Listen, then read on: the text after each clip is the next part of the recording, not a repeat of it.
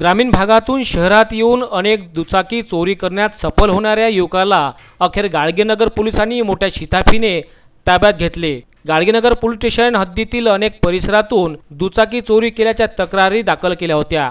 त्यामध्ये गाडगेनगर पोलीस दुचाकी चोराच्या शोधात होते। यात गाडगेनगर पोलिसांनी गुप्त माहितीवरून 8 जूनला सकाळी आरोपी वैभव नारायण अडोळे याला येवला मोर्शी येथून ताब्यात घेतले।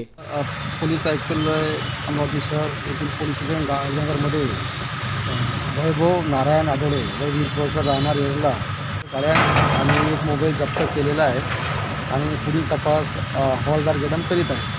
आरोपीने पोलीस कोठडीमध्ये अनेक चोऱ्या केल्याचे कबूल केले आहे। आरोपी वैभवने कॉटन ग्रीन कॉलनी येथून एक दुचाकी, गाडगेनगर पालेकर बेकरी येथून एक दुचाकी, तर परतवाडा औरंगाबाद येथून दुचाकी तसेच सिंधुदुर्ग येथून मोबाईल चोरी केल्याचे कबूल केले आहे। आरोपी जवळील गाडगेनगर पोलिसांनी 2,40,000चा ऐवज जप्त करण्यात आला। Bureau report, Vidarbha news.